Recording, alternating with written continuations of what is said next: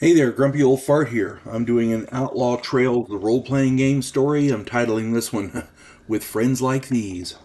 Before I get into this one, though, if you enjoy a good book, check out my author page on Amazon.com.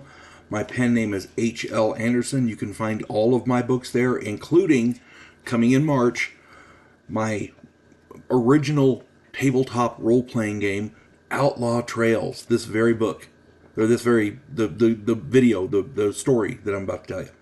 Yeah, it's a tabletop role playing game. All you need is that book and dice, and you can literally play this game forever. It's designed for gamers of any experience level. If you just picked up the book the first time and have never played a tabletop role playing game before, you should be able to play it pretty easily within a couple hours and have tons of fun for the rest of your life. It's awesome. At any rate, and if you're an experienced gamer, you should have the same fun for hours and hours and hours.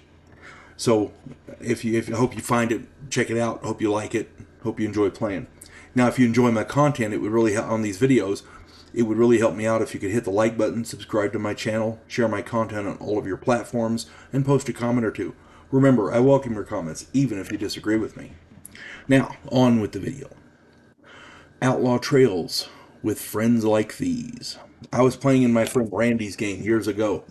There were four of us playing, myself, my friends, along with my friends Patrick, Larry, and Earl.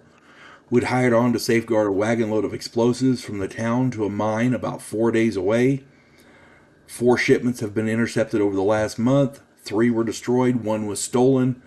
They needed those explosives to continue their operations. It was a mine, it was producing ore. I don't recall what the ore was. I don't think it was gold, but it was something. They obviously needed the ore, and they needed these explosives. So, the old man driving the wagon was a decent sort.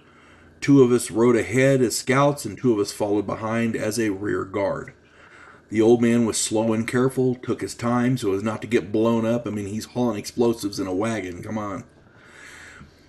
He planned on taking 10 days to travel those 4 days worth.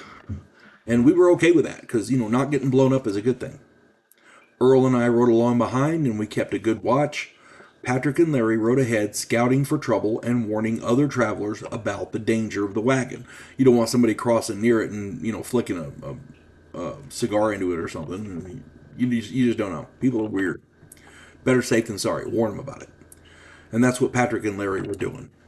At any rate, the road to the mine took us across a couple of ravines, and those were a big concern. There were bridges, but they were prime areas for ambushes. On a bridge, and crossing a ravine with hills on either side, you don't really. That's just a kill zone. I think in military terms, and to me, that's a kill zone. Patrick and Larry scouted the first area well and then moved on. But when the old man started the wagon across the second bridge, we started taking rifle fire from the gorge below and the other side. My horse was hit and killed immediately. I pulled my rifle and hid behind the dead animal to return fire. Earl's character was shot and killed before he could do anything. The old man was killed and he fell off the wagon. The wagon team bolted across the bridge. As it reached the midpoint, they shot the wagon exploded, the bridge was destroyed. I meant to ask Randy why they didn't just blow the bridge up to begin with, if that's the only road to get it there, But it wasn't my game, I was just playing. Their mission accomplished, the villains fled. I was stuck without a horse and with 1 canteen of water, and a 2-day ride turned into a 4-day walk back to town. There was no other water, so it was going to be a real ordeal. Well, on the way back, I saw horse tracks leading off to the east, and they were fairly fresh. I figured it might be that I might be able to borrow a horse, so I followed the tracks. Lo and behold, I saw Patrick and Larry's characters talking with 4 other men. I hid and watched from a distance. Now, I couldn't hear them, but their conversation was jovial. They were having a good time talking to these guys.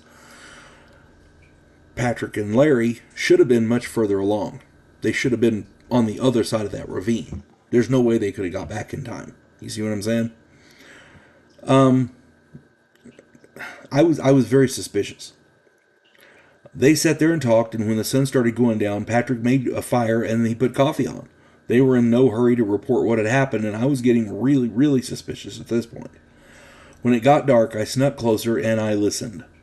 Long story short, Patrick and Larry had sold us out. A rival mine had hired the men to shut down our employer, and they had paid off our two comrades. They unsaddled their horses, all of them, and they let them graze when they bedded down. So when I was sure they were asleep, I slipped down there. I led one of the horses away. A mile away, I mounted up and rode back to town. I rode bareback. I didn't even take a saddle. I made it back to town and I let them know. I told the sheriff what was going on. The sheriff and his deputy came with me back out to their camp. We rode in and we woke them up. Then, of course, the sheriff and his deputy pointed their rifles at me. Turns out they were in on the take as well. Yeah, they murdered me and buried me there in the rocks.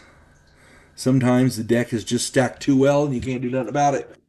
With friends like those, you really don't need enemies, do you? Happens all the time in role-playing games, no big deal. Make up a new character and go on. Hope this finds everybody well. You folks have a good one. God bless one and all.